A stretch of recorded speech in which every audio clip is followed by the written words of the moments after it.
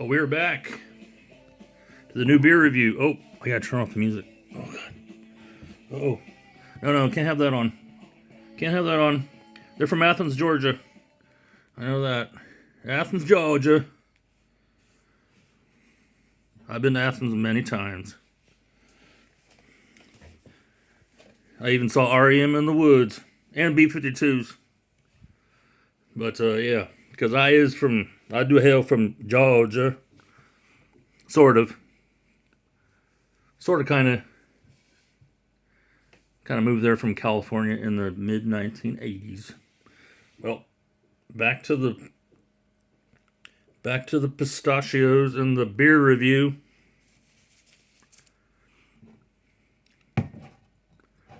Here's one of my go-tos. It's always on sale. Because we're in the Czech Republic.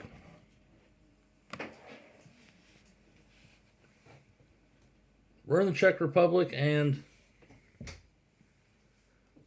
well, somebody was trying to come in here. Well, I'm doing my beer review.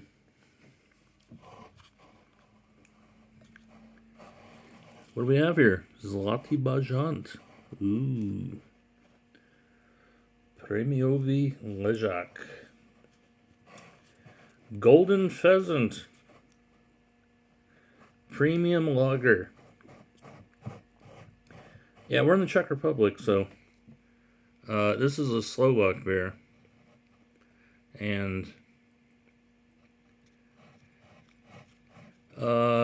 it's always at Lidl, and it's always on sale. You can always get it for 12 crowns. It's really good. I just opened it. It's been my go-to for about 6-7 years now.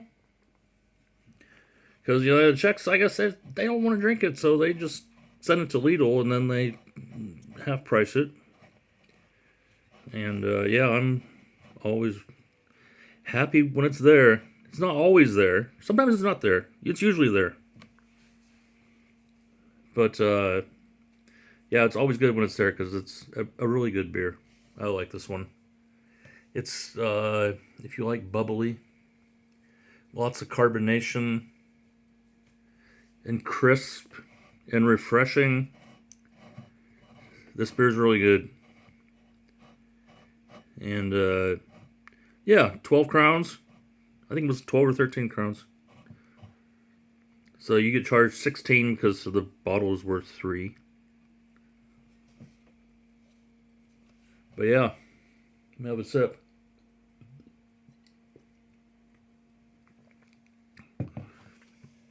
Oh yeah, it's always good. Yeah, I've actually been drinking this beer for 25 years. They sold it in the U.S. I remember it. There was a grocery store in Atlanta called Kroger, and if you went into the import beer section there, they had Pilsner Urquell, Staropramen, and Zlatý Bažant. Staropramen being the main beer from Prague, and I think, yeah, this is the most exported Slovak beer. But I remember 20 years ago, a 6-pack of 12-ounce, well, I don't even think they were 12-ounce bottles. They were the 0.33. A 6-pack of Zlatý Bažant, the Golden Pheasant, was $9.99. This is 20 years ago. $9.99. Plus tax. And the Staropramen was like $6.99. And I always found that very strange that the Czech beer, Staropramen, was more expensive than the Slovak beer. And the Pilsner Urquell was even cheaper than the Staropramen. And Staropramen, it's like a love and hate relationship with Staropramen. Sometimes you really like it. It's got to be really cold. But I don't drink it that much. It's just not. Yeah, it's just not. I just wouldn't say it's a. But sometimes it'll. If you get it from the tank in a pub, and the pub is busy, then it's pretty decent. But if you drink it out of the bottle or out of the can, it's just not very good. But yeah, this being a Slovak beer, you would think would be cheaper because in Slovakia at that time, 20 years ago, Slovakia was a hell of a lot cheaper than the Czech Republic. I mean, I was in Slovakia just once in the 1990s, and all I can remember is a hotel room in a really nice hotel in the wine region in a city called Pizanok. I paid around $10 a night in a nice hotel. That wasn't including breakfast. And I remember the beer there was like half the price as it was to Prague at that time. And at that time, you could have 4 or 5 beers for $1 in a bar. And I remember drinking this beer there, and I liked it. So, but yeah, it's Zlatý Bažant. It's a good beer. If you like, and it's a Pilsner. Or they say it is. I don't know who owns it. Somebody said something about.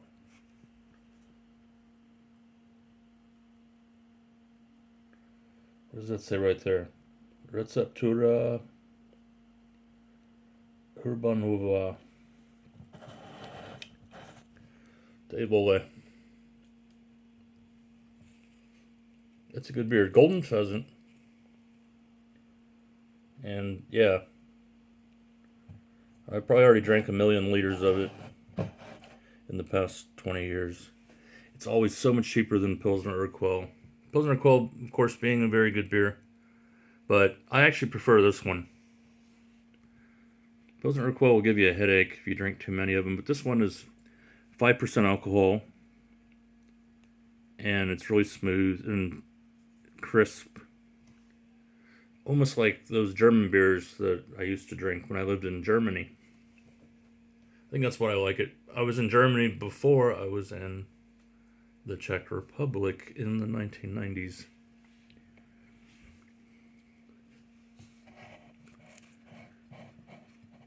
So if you're visiting in the Czech Republic, or if you go to a grocery store, I think I only bought it a few times in the U.S. because I just couldn't bring myself to pay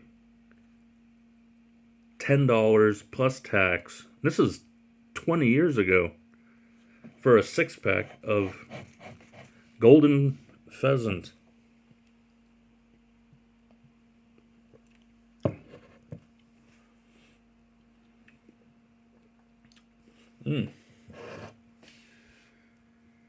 Got the California pistachios at Lidl too. I had a huge bag. I should have brought the bag in here, but I didn't. They go really well with the Zlatý Bažant. Oh, and I think last night I said I was going to wind up the Prague Orloy Art Deco from the 1930s 8-day. Oh, it's ticking.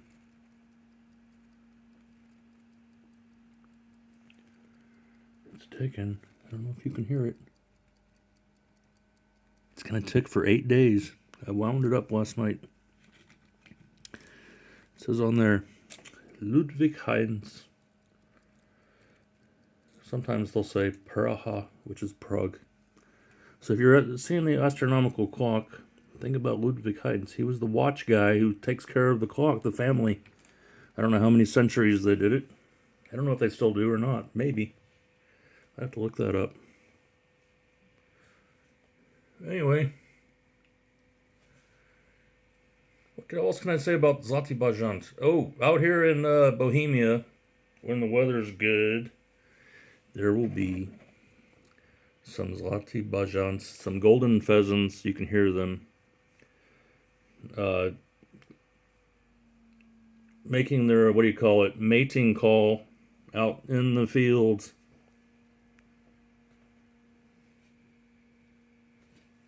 Good beer, 13 crowns. What is that? It's like less than 60 cents. Half-liter bottle. Can't beat it.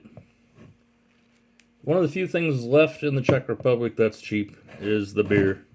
And I decided I'm going to talk about beer. I'm going to rate all the beers. All the beers that I think are good. Maybe I'll get some bad ones too. But these are just... This is a typical classic, not microbrew. You won't find it on tap in the Czech Republic. I've never seen it on tap anywhere. Only in the bottle. From Slovakia. It's very good stuff. I highly recommend it. Alright. Hope you enjoyed my beer review.